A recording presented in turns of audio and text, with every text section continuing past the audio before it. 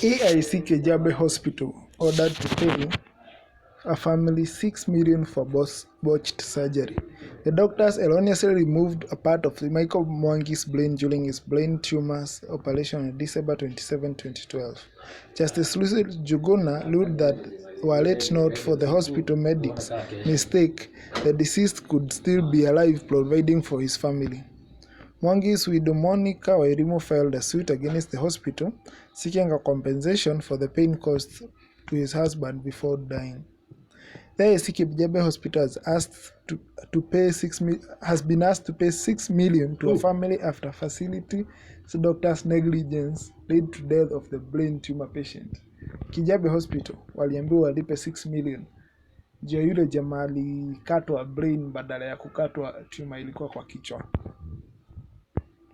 You have not heard of it? But why do you go to treat tumor?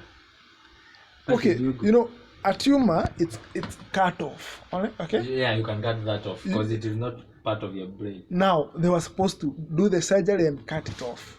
So they cut the brain. But they cut the brain. They cut a part of the brain instead of the tumor. According to the standard, Justice Lucy Jogona ruled that they were it not for the hospital's medical mistakes, then Mwangi could still be alive, providing for his family. Mwangi's widow Monica Wairimu filed a suit against the hospital, seeking compensation for the pain caused to his husband before dying. The man has been taken to the facility had been taken to the facility in October 2012 after he complained of severe headaches. He was then discovered with a brain tumor that necessitated the surgery. However, the 37-year-old died days later after the botched operation. Wairimu hired a private search pathologist to ascertain the cause of death of her husband. The pathologist derived that 15 mm of the deceased brain has been removed instead of the tumor during the surgery, which led to his death. The court found the hospital liable for Mwangi's death, and the family was compensated a total of 6 million.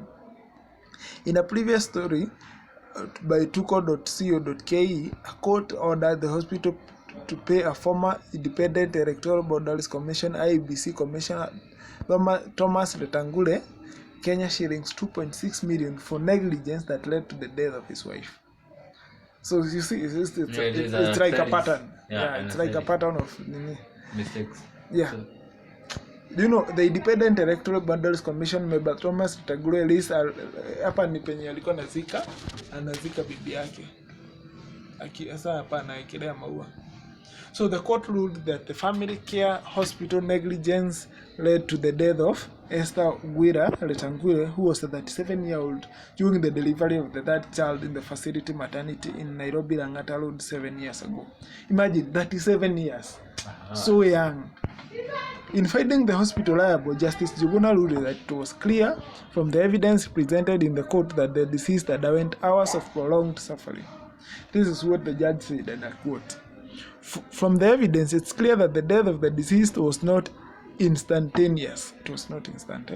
I observed that the deceased underwent hours of prolonged suffering from the time she went into the hospital with the hope of receiving treatment in the morning to the time of death. She added that the hospital staff was wasted precious time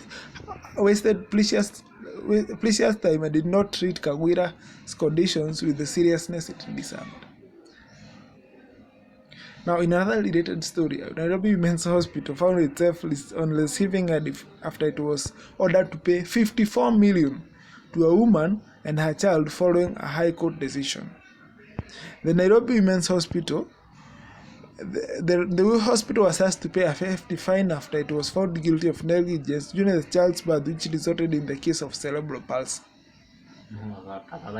That's even worse than the one who died. Yeah.